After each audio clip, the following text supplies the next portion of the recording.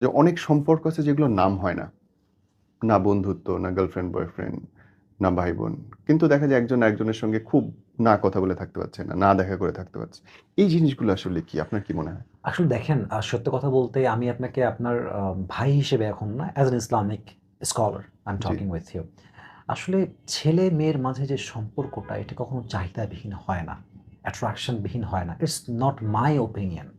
It's the opinion of Islam, it's the opinion of Quran, it's a point of view of last messenger Muhammad sallallahu alaihi wasallam. This is not my personal point of view. নবীজি বলেছেন যে পুরুষ এবং নারীর মাঝে কখনো একটা আকর্ষণ ছাড়া কোনো সম্পর্ক হয় না। একটা সিস্টেম সেখানে থাকেই। হয় পুরুষের কোনো একটা বিষয় নারীর ভালো লাগে অথবা নারীর কোনো একটা বিষয় পুরুষকে টানে। এবং মনে রাখবেন যে, যেকোনো অবৈধ জিনিস শুরুতেই পরিপূর্ণ অবৈধ থাকে না। দেখেন একটা এক্সাম্পল নেন। রাস্তা দিয়ে আপনি হাঁটতেছেন, একটা মেয়ে হাঁটতেছে। জাস্ট চোখ পড়ছে।